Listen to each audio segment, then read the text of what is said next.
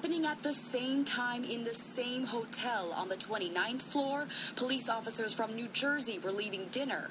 Among them, the New Jersey Police Union president. A police officer and a security officer literally ran through the casino, and then they doubled back. I've been a cop for 25 years. It's just there's a look on your face of stress, and I knew that this wasn't going to be a minor issue. But without a radio or a gun, these officers were among the helpless civilians. I couldn't even imagine taking control of the Las Vegas Strip in every hotel. It was, to me, that's just insurmountable. The Strip cleared out as the hours ticked away inside hotel rooms on lockdown. When everyone was finally allowed outside this morning, feelings of relief and remorse were overwhelming. Shock, gratitude and just grief for these poor kids, their families that have lost their loved ones in a slaughter. Both Cavalis and Colligan were able to get out on flights home today. Now, I asked Colligan if this experience would change his behavior on the police force. He said no. You just answer the call and you go. Christina Maurice. Thank you, Allie.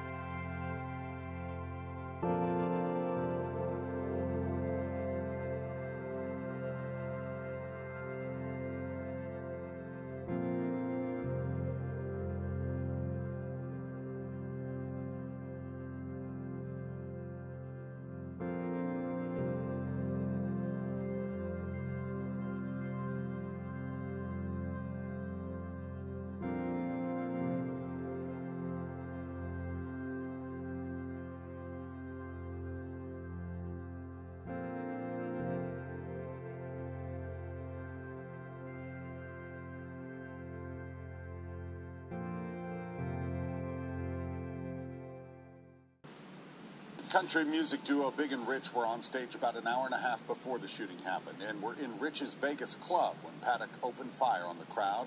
News Channel 5's Jesse Knutson spoke with Big Kenny today about the moment the gunfire went off. Jesse? Well, while Big and Rich were not at the festival anymore, they said there was so much confusion in downtown Las Vegas that the town was essentially shut down. And now there's so much sadness surrounding an event that was supposed to bring people joy.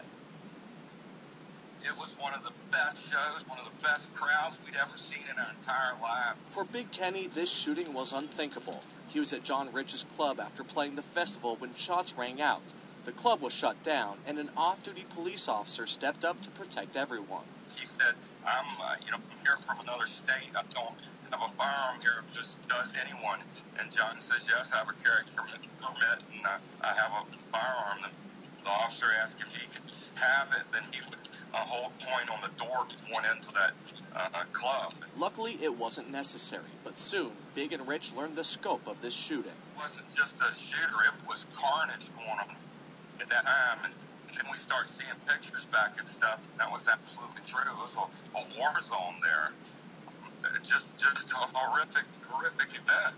Big Kenny later learned that his hotel room was just 3 floors below the man who fired guns with no regard to life. When I was sitting there in my room that afternoon and looking out over this beautiful venue and seeing all the awesome fans coming rolling in there and getting excited about going there to play for them, I had no idea that right up there over my head was a man that had such evil intent in his mind. Big and Rich shared this video of people at the festival singing God Bless America,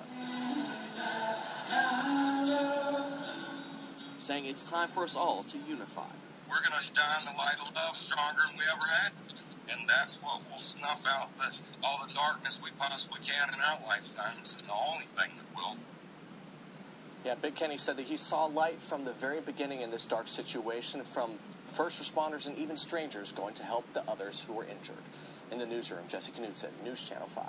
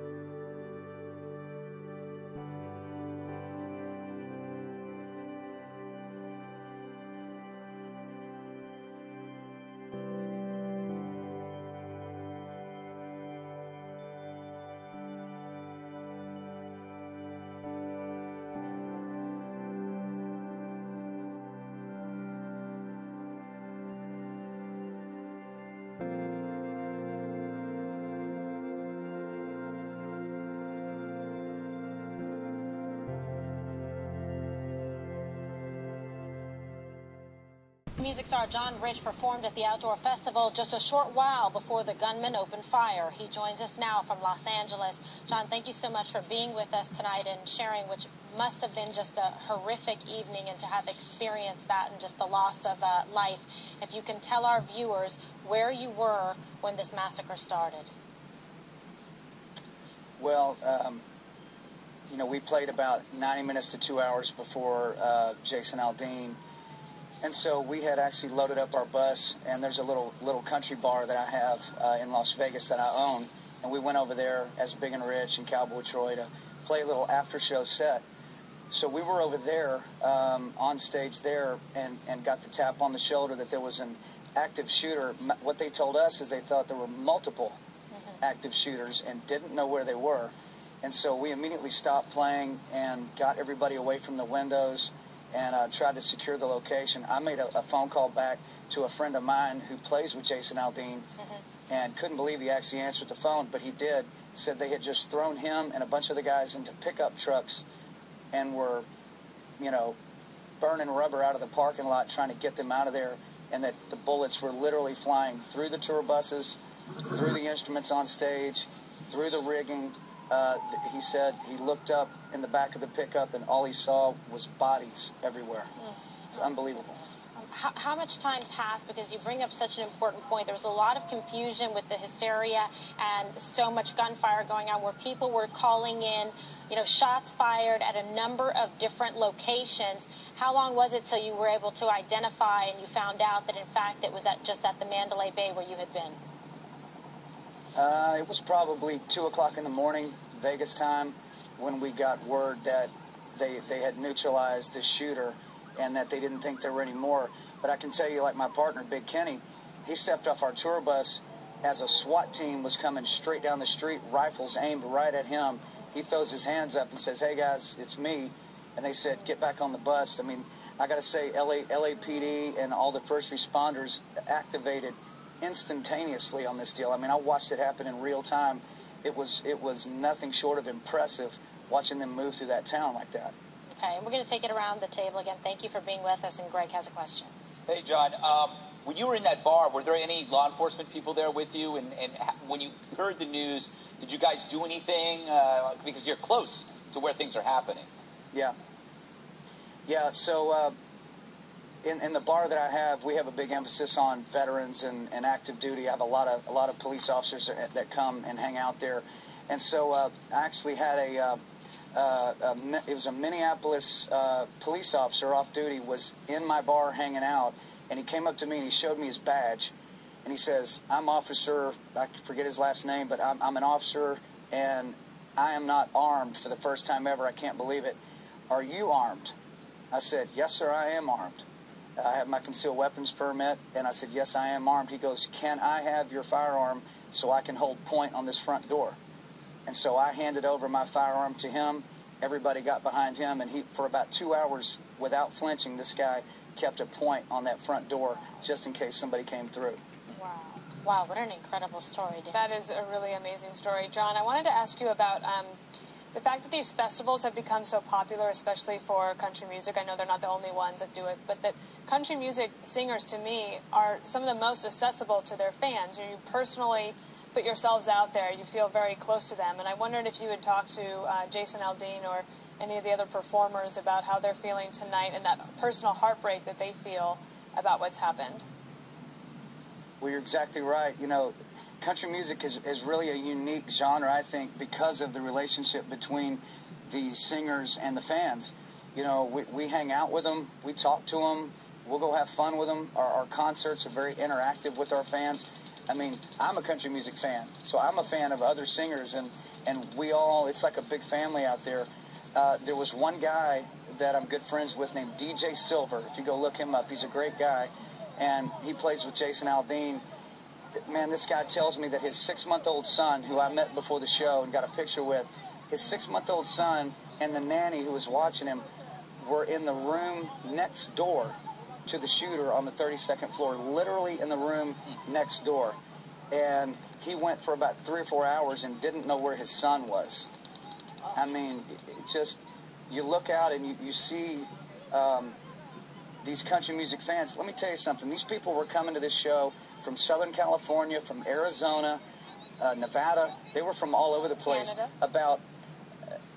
Canada too. During the Big and Rich show, every show we bring up veterans and active duty on stage.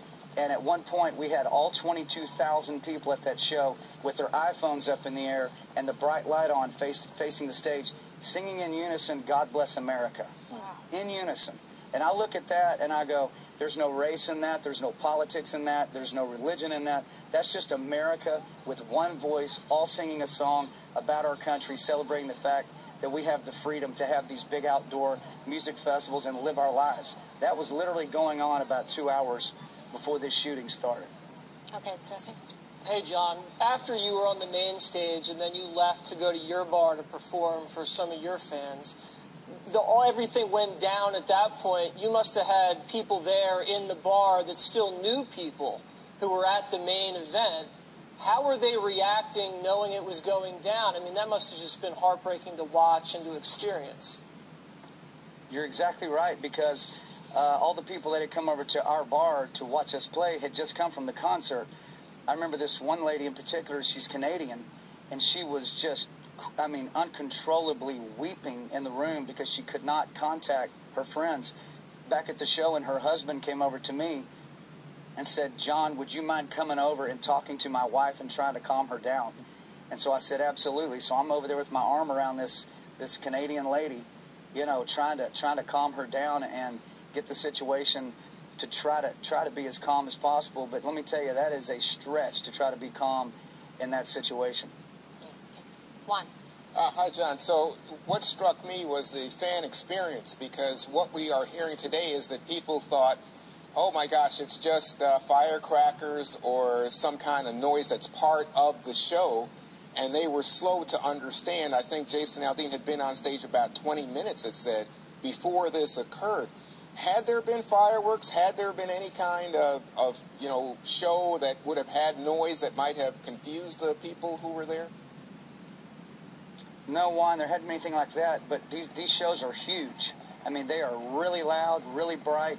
There's a lot going on, and when you hear that rat-a-tat-tat-tat-tat-tat-tat, you kind of see everybody pause for a minute and go, what am I hearing? Because, you could think maybe it is part of the show. Maybe it's pyrotechnics or something that's going on. But I think, when you hear that level of gunfire, that's a fully automatic weapon going off somewhere.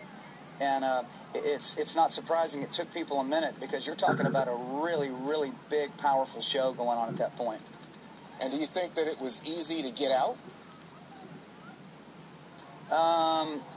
It was a pretty wide open space. I mean, it's this major open lot out there, and it's pretty easy. Yeah, I'd say easy to get out more than other places that we play. It would be easier than, say, perhaps a stadium, like a football stadium or something, because it was outdoors and pretty wide open, thank goodness. But, I mean, that is so many people crammed into one place that, like I said, it's virtually impossible to stay calm in that situation.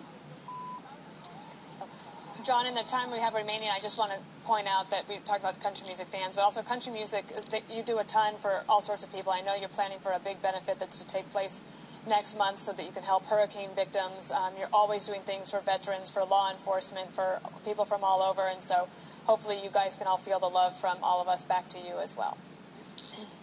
Absolutely, and I can tell you this, these guys do stuff like this to try to keep the rest of us from doing what we want to do with our lives, and that's not going to happen. And I would expect a really strong response out of all of country music as to what happened last night. You got to pray for these folks too. People say our thoughts and prayers. You actually need to pray. You actually need to speak to the Lord and say, please bring some comfort to these people, because this is beyond the pale what has happened. All right, thank you for your time tonight. We certainly appreciate it. Seconds are going by, minutes are going by, and the rounds are continuously going. Changing weapons, changing calibers. I mean, you can hear the difference in the gunshots of the different rifles that he's shooting. The walls are shaking. Tonight we're hearing from an Army veteran who was just 2 floors beneath the shooter at the Mandalay Bay.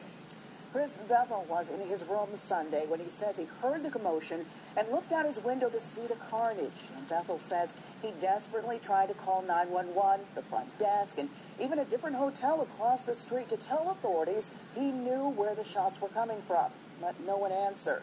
Bethel says he then looked out his window a second time and realized police were responding to the wrong place.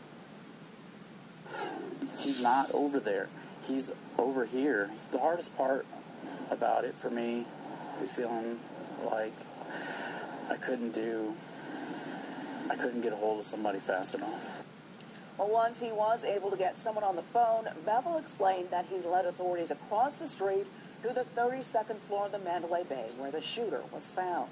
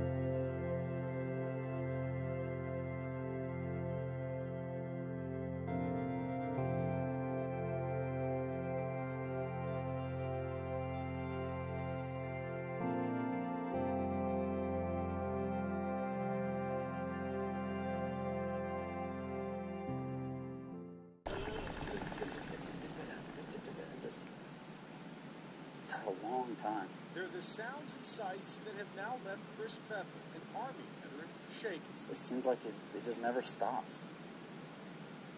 Your seconds are going by, minutes are going by, and the rounds are continuously going.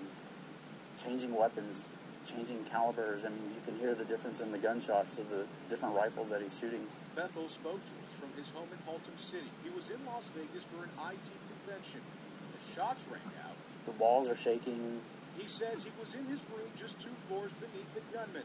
He tells us he tried desperately to call 911 in the front desk at the Mandalay Bay, then another hotel across the street to warn them that the shooter was right above him. He remembers no one answering, looking outside the window down at the concert venue and thinking the police were responding to the wrong place. When he finally managed to get someone on the phone, he told them, "He's not over there. He's over here." Exactly where the gunfire was coming from. He says even his experience serving in war zones doesn't compare to the horror he lived. None of your training, your experience could ever prepare you for something like this. And now he's left wondering if there was anything else he could have done to help. The hardest part about it for me is feeling like I couldn't get a hold of somebody fast enough. And I answered the phone, and he said, "Hey, man, there's an active shooter across the street." And I said, "No, he is next door to me. He is on our floor. He is nearby." I could just hear the gunshots just continuously. It's full automatic. I crouched by my front door in hopes that I might get an opportunity to see the shooter if he ran by and I could ID him. There's explosions going off. I was like, a bomb just went off, man. Like there's explosions going off, and then there were gunshots. And then about 10 minutes later, the Las Vegas Police Department called me to let me know that the shooter was on the 32nd floor, room 135, and that they had gotten him. My nerves are shot. I feel extremely nauseous. It's taken all my composure to keep from throwing up. I could just see everybody running, and I kept looking at the windows to see if I could see any kind of muzzle flash, to see if I could see where the shooter was. I feel like I didn't do enough. I feel like I couldn't get a hold of somebody quick enough to let them know. And it felt like it took them too long to get over there to take him out, to get him. And it's actually eating me up inside. I just need to go home. That's my thing. I need to go home to my family and just to process all of this. Township man is staying at Mandalay Bay and says he was just 2 floors down and 1 room over from that shooter. This morning he spoke with WFMZ's Bo Coltnow, who's live in the newsroom with more on this. Bo? Alexander Ben Sweeny arrived in Las Vegas Sunday evening for a week-long work conference, and several hours later he had a first-hand view of the deadly chaos. Boom, boom, boom, boom, boom, boom, boom. And it probably in each one of those sections, there's probably about 20, 25 shots. And then it would stop for a few seconds, and then you would hear more. Salisbury Township's Ben Sweeny speaks to us via Skype in his hotel room on the 30th floor of Las Vegas's Mandalay Bay Hotel, just 2 floors down and 1 room over from where police say 64-year-old Stephen Paddock opened fire at a country music concert. Sweeny said he had virtually the same view, and at the time of the shooting had no idea if the bullets were coming from inside or outside the hotel. I actually jumped in the tub here because I didn't know what else to do. I went in the tub, and then I started hearing helicopters, and I came back again, and the helicopters were shining their lights in pretty much right at me at one point. And Sweeny, who was married a little more than a month ago, also told me for much of early this morning and last night he was on the phone with his wife, who's here in Allentown. He says he was so close to the shooter's room that he could hear police breach it this morning. I will have more with his story tonight starting at 4, but for now, in the newsroom, Bo Coltnow, 69 News.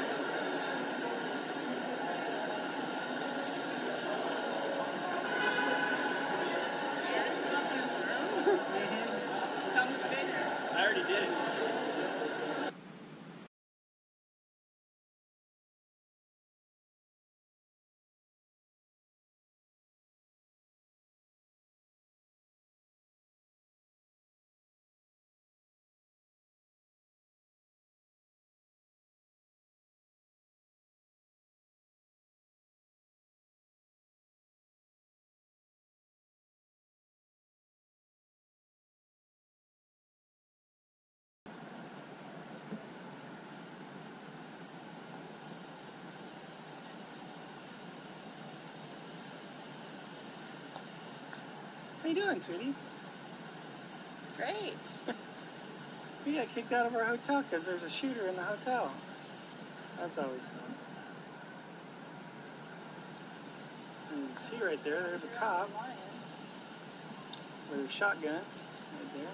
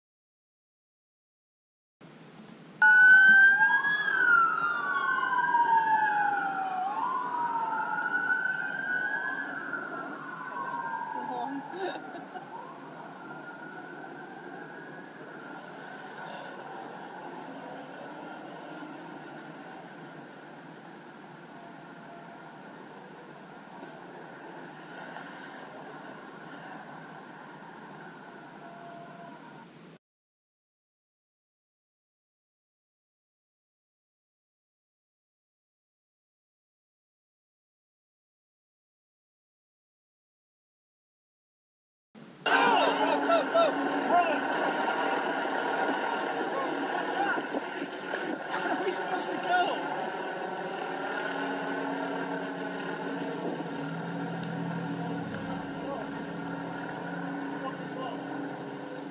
I'm staying with cops, man.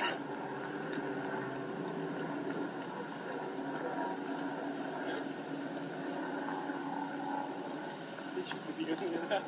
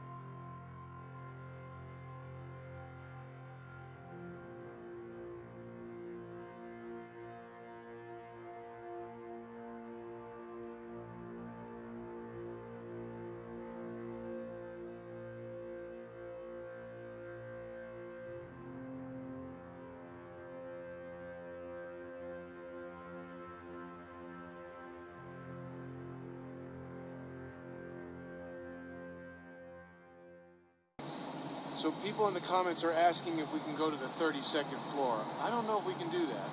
I don't know. I was hoping I could go to, our floor, the 25th floor. I don't know why I wanted to do it. Maybe just... Did you ask them? No, not yet. I might, maybe before I head back to the airport, just take a picture of the floor. And nothing happened there, of course, but that's where we were staying. It was 5 or 6 floors below where Paddock was. My brother-in-law was staying a floor or 2 below where he was. So I just don't know, without having a room card, we're going to let you get to the elevator. I think it's tricky. I think it's tricky. I'm okay, Jace. Like I told you earlier, I might struggle with this, but I'm going to push through it. But it's good to be on with you. It's good to be here. As I shared with you earlier, it's by God's grace that I'm here sitting before you, and I mean that with all my heart. It's good to be here. Well, let me ask you a couple things, Joe, because everybody's been waiting eagerly to hear you and see you and make sure you're all right. Had a total crash of the system, so I'm just getting some of the stuff back up here. Want to get you on screen. So, Joe, you were in Vegas over the weekend. You went to, it was a country music festival, is that right? Yeah, it's called the Route 91 Country Music Festival. It's our 3rd year in a row going, and all the latest and greatest country music performers play, and it's great. It's a fun time. It's out in the open. It's a festival, and it has stages with country music players and food and drinks, and it's in a very close proximity of some of the hotels that you see coming into Vegas initially. Mandalay Bay, Luxor, MGM, New York. And it's a great time. It's a really good time. And you were staying at Mandalay Bay, is that right, Joe? We were. We were on the 25th floor, which was 7 floors below the shooter's suite. My brother-in-law was on the 31st floor, so it was a floor below him. Wow.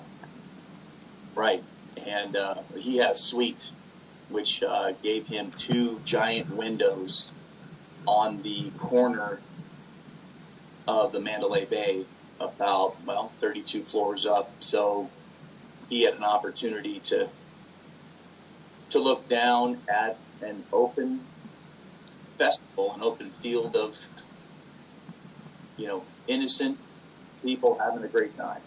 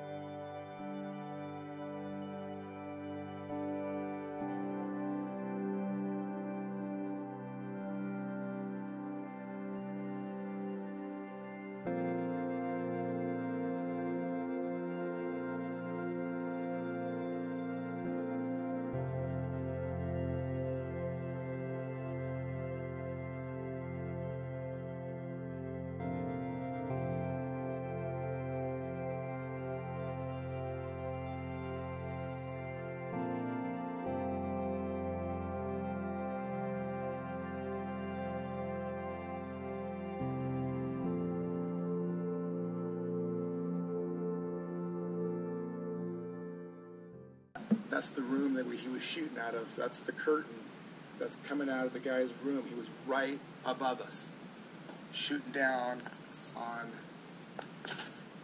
the concert. That is cell phone video shot by Albert Garzon after hotel guests were allowed to return to the Mandalay Bay Hotel following Sunday's deadly shooting. He says it was then that he realized the shooter, Stephen Paddock, had complained to hotel security about the noise he and his guests were making just hours before the concert. We're all, playing the music, and then security came up to our room and said, hey, you have a guest right above you that's complaining because they're being too loud. And out of respect, I didn't think twice about it. I just said, yeah, no problem, we'll drop it, we'll turn the music down.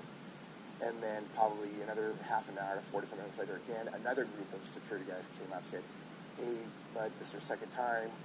You got another disgruntled, you have a guest above you that's complaining again.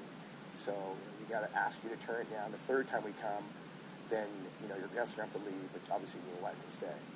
So, once again, none of us would have ever thought, that there was that guy directly right above us. Following that encounter, the group headed down to the concert. Once there, the San Diego taco shop owner had what he describes as a bad feeling and left the music festival, leaving his wife and his friends. He was making his way to the 31st floor when the shots rang out. I started sweating really super bad. I wanted to get away, and like I said, I didn't, try to make a scene about it. I said, hey guys, I'm going to go back to the room. As I'm leaving the hotel, my wife's calling me, screaming, saying they're being shot at. They don't know how many people. People are getting dropped left and right by her. And then my friend gets on the phone saying, I got the wives, don't worry about him. And they're ducking him, he's pushing them on the ground. And at the meantime, I'm freaking out. And Garzon says the entire... Breaking news, a massive change in the Las Vegas shooting timeline. The sheriff of Las Vegas Police Department just revealing that the gunman opened fire on a hotel security guard 6 minutes before he unleashed his deadly assault on the country music concert. So let's just be clear here. 6 minutes before that started, he shot the security guard. Now, officials had originally said that attack against the security guard took place after the shooter shot at concert goers. But now, all of a sudden, 6 minutes before means there were 6 minutes that we just don't know. Could this have been stopped? Tonight, we're hearing from a man who was just feet away from the attack. Floyd Conrade was staying just one floor below where the gunman was opening fire on innocent civilians, literally just one floor below. And Floyd, thank you for coming on to talk to us. Obviously, I want to ask you now with this big shift in the timeline, Floyd, I believe you were in your room at 9:59, which is when we have just learned the security guard approached the shooter's door and was shot 6 minutes before the shooter started shooting at the crowd. Did you hear that first shot? No, I actually didn't, and I had just picked up on the timeline change earlier this evening myself. I was kind of thinking back and reflecting on that. I don't recall hearing a single shot before the first set of volleys went off. So there was that shot then at 9:59. Did you then hear, Floyd, any commotion in the hallways in that sort of 6 minutes? I mean, do you remember anything like that would have indicated help was coming or anything? Because I know they were coming in on the several floors around the shooter. Did you hear any of that? Right, no, and I really didn't even hear them coming up the hallway until I actually tried to go out of my room and encountered the police officers. Now, Floyd, which would have been a few minutes into the actual shooting. The shooting itself, which, as we know now, started at 10:05. You're still in your room. Those first shots are fired. Yes. When, Floyd, did you realize that these were gunshots and that they were essentially coming from exactly where you were? It was not until probably the second to third volley of shots. The first shots went off much like everybody else. I just thought it was fireworks at the concert. Looked out the window, didn't see anything. Heard the sound again. This time it was echoing more in my window, so I thought, well, maybe it's something on top of the hotel. Still couldn't see anything, and that's when shortly after that's when I went to leave my room and encountered the police officers in the hallway. Now, when those officers approached the gunman's room, obviously, they told you to go back in your room. We know after the shooting about 75 minutes passed. Then they use an explosive to breach the door of the shooter, to get in there. That's on the floor right above where you are. But you felt that. Right. I felt the second breach. The first breach was on the end apartment that was beside mine. The second breach was directly over me. And it actually kind of rattled my apartment a little bit. Or rattled my room a little bit. Such a powerful explosion. Well, thank you very much. I appreciate your taking the time, Floyd, to talk to us. We appreciate it. Hey, no problem. Thank you.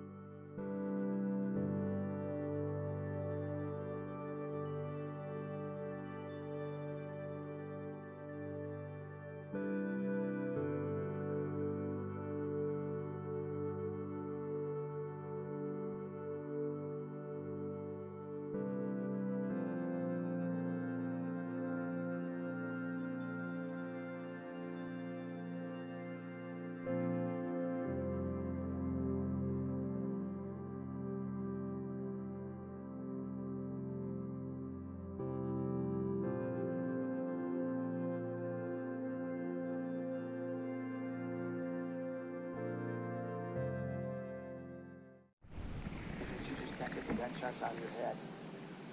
Or this Bay Area man was bound to his wheelchair when bullets started flying in Las Vegas. Now he's back home, thanking the nurse who risked her life to save him. The San Francisco father of two is opening up about their daring escape through the gunfire. Well, it comes as investigators say the shooter may have had other high-profile targets. Here's a live look at the Vegas Strip this evening. And we're now learning the gunman, Stephen Paddock, may have been planning a car bombing after the shooting massacre. Police say they found more than 50 pounds of explosives in his car in the hotel parking lot. 1,600 rounds of ammo also inside that vehicle. Investigators also say Paddock was scoping out other music festivals the weekend before his rampage. Paddock rented a condo overlooking the Life is Beautiful music festival in Vegas. And earlier in August, Paddock rented a hotel room in Chicago overlooking Lollapalooza. He also apparently researched hotels near Fenway Park in Boston. But there's no evidence yet that he showed up at any of these places. CBS correspondent Danielle Nottingham has more on the continuing search for a motive. Months before the shooting here in Las Vegas, a law enforcement official says Stephen Paddock booked a hotel room in Chicago overlooking this summer's Lollapalooza music festival. It's not known whether he actually traveled there. Ultimately, his target was the country music festival where he killed 58 people from the window of the Mandalay Bay Hotel. This was a very, very traumatic event. The Clark County Fire Chief described the confusion as emergency calls started flooding in from multiple locations where victims ran for help. For a certain amount of time that evening, we knew we had what was going on at the concert venue, and we're starting to think, uh-oh, are we having attacks at other locations? Tourists have started returning here to the Strip, even though signs of the attack are still visible from the street. It's extraordinary to see that two little windows can do so much damage. As investigators look for a motive, they say Paddock's background reveals a private, low-key man and the kind of high-stakes gambler casinos cater to. When he comes through the door, there's going to be things waiting for him. He's going to be able to request the sort of accommodations that he wants. Paddock's girlfriend says she had no idea he was planning a rampage, even while he stockpiled 33 weapons last year alone. By spreading his purchases throughout different stores in different states, he was able to stay under the radar. Danielle Nottingham, CBS News, Las Vegas. Out of the Las Vegas tragedy is a remarkable story. A Bay Area man in a wheelchair pushed to safety by a nurse.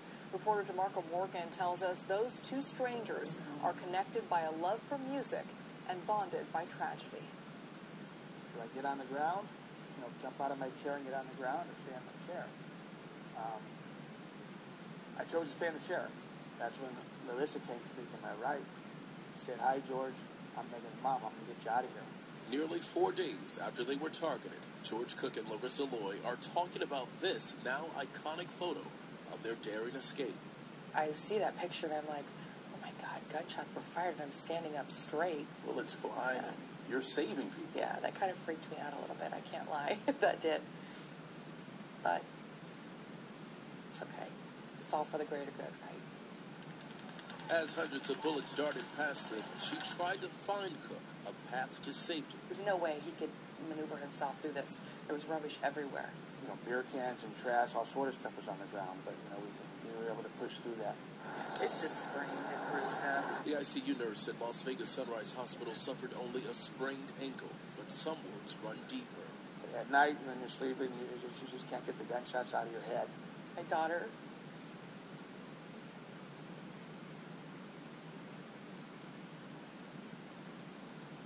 she saw a man die. It's a lot to take in. It's a lot. Back home in San Francisco with his 11-year-old daughter and 13-year-old son, Cook says the selfless act was heaven sent. I'm a single dad with 2 kids at home, so it was real important that I'm alive. Maybe that's why this happened, or maybe that's why